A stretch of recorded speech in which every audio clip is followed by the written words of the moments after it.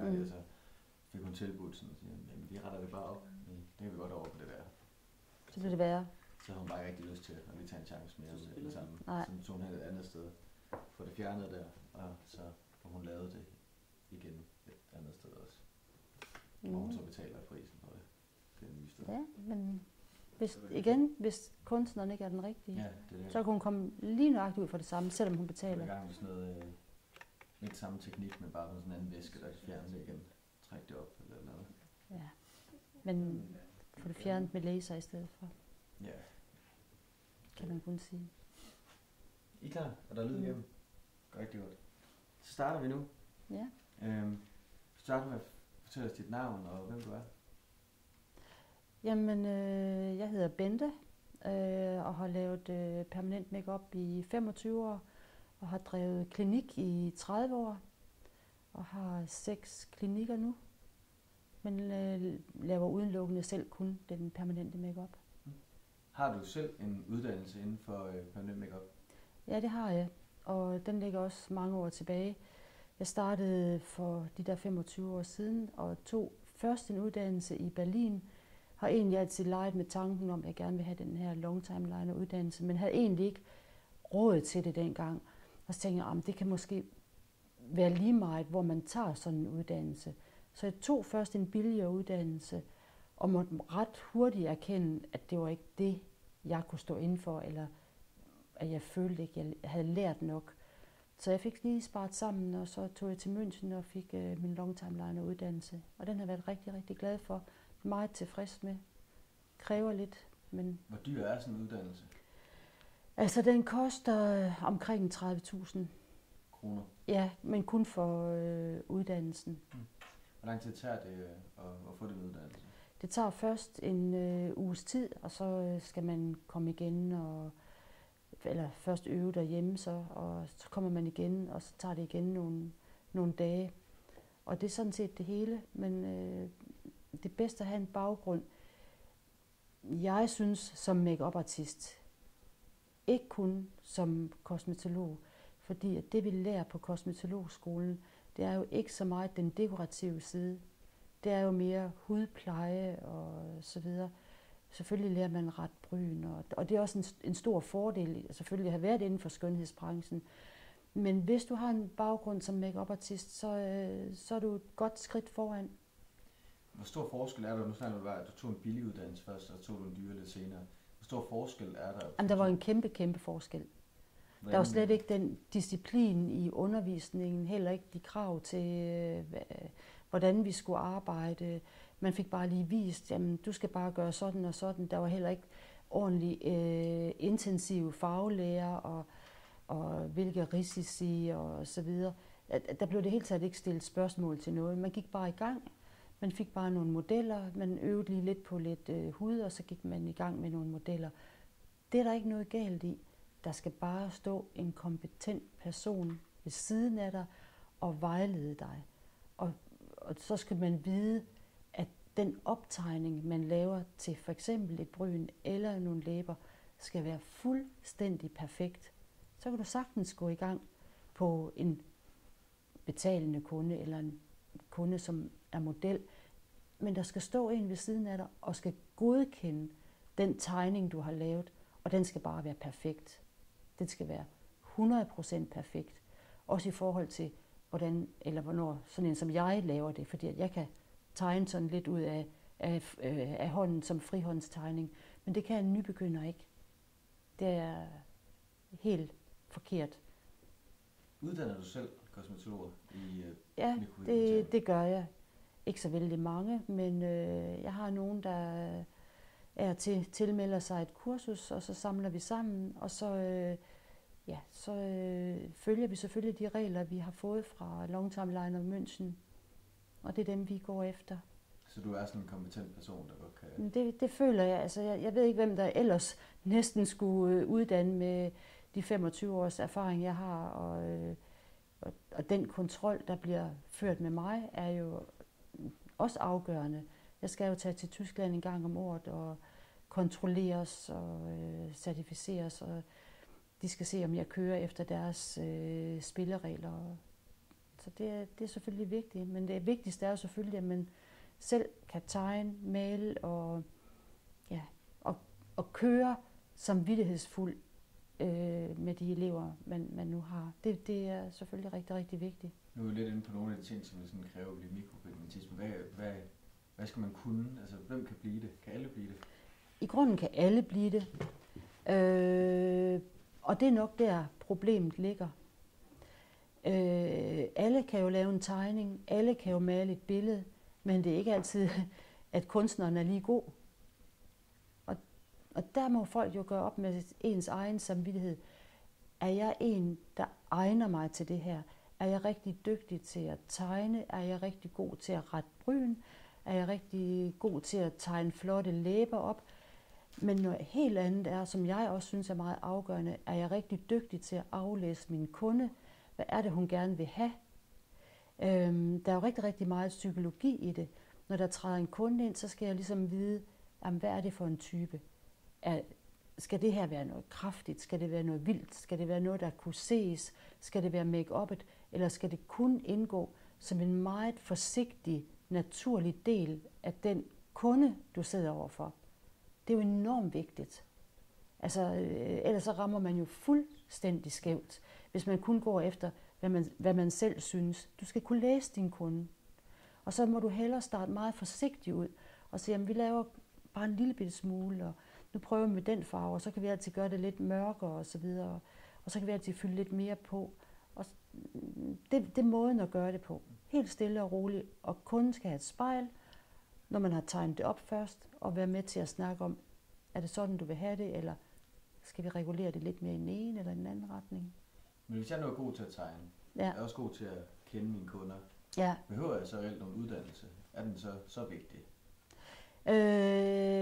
Den er jo vigtig i forhold til anatomi selvfølgelig, fysiologi, morfologi, det er altså form og farvelære skal du selvfølgelig også kunne. Du skal også vide, hvordan farverne forandrer sig på sigt. Det kan jo ikke hjælpe noget, at du finder en farve, du synes, at den er rigtig, rigtig god til den her kunde, eller den synes jeg selv er flot, men du ved ikke, hvordan ser den ud, når den kommer under huden. Hvordan ser den ud efter 3 måneder. Du er nødt til ligesom at have lidt erfaring også i farvelære. Og selvfølgelig skal du vide, hvordan du skal føre apparatet, også rent sikkerhedsmæssigt og hygiejnemæssigt, skal du jo også vide nogle ting. Hvad er det for hvordan har du med, at der sidder så mange, som der gør og tatoverer hjemme deres egen stue, eller tatoverer, mikropigmenterer hjemme deres stue, eller deres kælder, eller sådan noget, uden nogen uddannelse? Ja, men det er jo rigtig, rigtig, rigtig trist udvikling. Men jeg synes også, at kunden selv er medansvarlig. Man må jo kunne regne ud, at når man får et enormt billigt tilbud, at hvad er det sætter sig sammen af? Hvorfor er det, at det er så billigt? Selvfølgelig, hvis man sidder derhjemme, så betaler man ikke moms osv., men det kan også være, at man er fristet til at købe billige farver. Jeg ved, at man kan købe farver på nettet til 25 kroner, hvor vi giver 1000 kroner for en flaske. Jamen, selvfølgelig er der en forskel. Plus at vi skal, eller jeg skal i hvert fald, til Tyskland en gang om året, hvor jeg selv skal betale for den uges ophold med undervisning.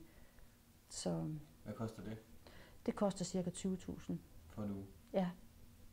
Hvordan ser sådan branchen ud sådan for dit synspunkt? Hvordan ser branchen ud? Det er en ordentlig branche, vi har lige nu, når det drejer sig om mikropigmentering. Nej, det synes jeg ikke, at det er. Og man kan godt blive lidt ked af det en gang imellem. Men altså, man kan jo kun sige, jamen, hvad har jeg at have mit i? Ikke? Altså, jeg ved kun, hvordan jeg arbejder med min samvittighed omkring det. At jeg gør noget for det, og for at holde mig ajour. Men i grunden har jeg jo heller ikke noget at kunne fremlægge, ud over mit certifikat, og fortælle, at jeg er i Tyskland, og jeg er tilknyttet Tyskland, men hvor gælder det hen egentlig, når det kommer til stykket? Ja, for der er jo egentlig ikke nogen regler overhovedet på området her i Danmark. Er det noget, hvis det stod til dig, var det sådan noget, du vil ønske, der var nogle flere regler, når det kommer til mikropigmentering? Det vil jeg ønske rigtig, rigtig meget, så man i hvert fald kan få frasorteret nogen.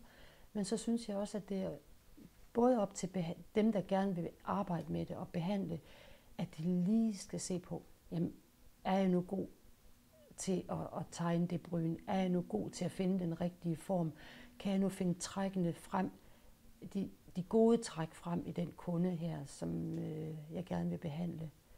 Det synes jeg er lidt vigtigt, at man også er lidt selvkritisk.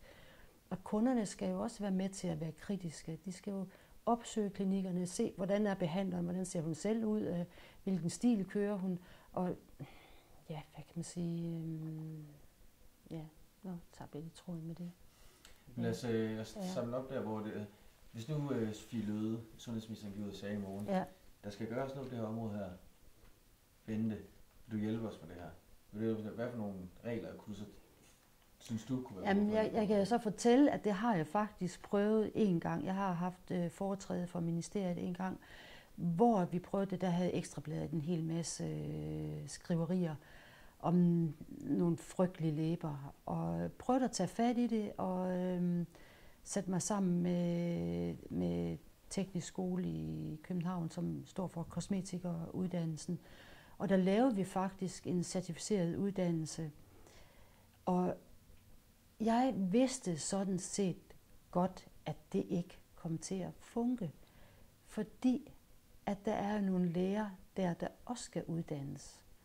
Og når de så bliver uddannet, så er de måske på skolen 1 år, 2, 3, så er de videre. Jamen så er det en ny lærer, der starter med at skal give sin erfaring videre. Og måske ikke når at samle den store erfaring til at undervise. For det kræver rigtig, rigtig lang tid at få en god erfaring i at undervise. Så det fungerer ikke at få det ind på de der skoler. Når folk de skal betale rigtig mange penge, synes jeg, for at tage den uddannelse. Fordi så tænker man sig nemlig om mere end én gang. Hvordan nu? Skal man betale for at gå på kosmetologskole på teknisk skole? Nej, det skal du ikke. Altså, vi har jo for eksempel også elever, og de får jo så løn. Ja. Altså, ganske almindelig løn. Nu nævner du ting her, der ikke fungerer. Hvis man skulle finde noget, der fungerede, har du en plan for det? Altså, hvis jeg kigger tilbage på alle de år, da jeg har lavet det, og alle de tiltag, der har været, hvor vi har prøvet at få det certificeret, og hvor det egentlig også er, fordi der eksisterer jo faktisk en uddannelse på teknisk skole. Den bliver bare ikke realiseret, fordi de ikke lige har nogen lærer til det. Så tænker jeg, at man burde måske, jeg ved ikke, måske dem, der forhandler apparater, ja, hvad skal man sige, de skal måske ikke bare have lov til bare at sælge deres kurser medmindre de selv har en ordentlig baggrund for det. Der tror jeg også, at det er lidt farligt, fordi der er en del, der bare sælger apparater. Jeg selv forhandler også. Kan du tage den sætning igen? Ja. Fordi det er noget af det helt essentielle ved det. Ja. Altså, jeg er jo selv en af dem, der sælger apparater. Men jeg har jo så mange års erfaring og baggrund, og kan vejlede og ved, at jeg kan give en ordentlig uddannelse. Men der er rigtig, rigtig mange, som sælger apparater. Jeg har jo kollegaer, der siger, jamen, det der med permanent makeup, det er simpelthen bare op i tiden. Søge. Vi skal have et apparat. Vi kan få et billigt apparat. Lad os nu sige Korea. Det behøver ikke at være Korea, det kunne være alle mulige andre steder. Det tager vi ind, og vi kender lige en, der kan lave permanent makeup. Så kan hun jo undervise i det, og så kan vi sælge kursus og maskine til andre kursister. Og det er klart, at jeg så har mange kollegaer, der vil sige, nej, men hvorfor skal vi tage en dyr uddannelse, hvis jeg kan få en billig uddannelse?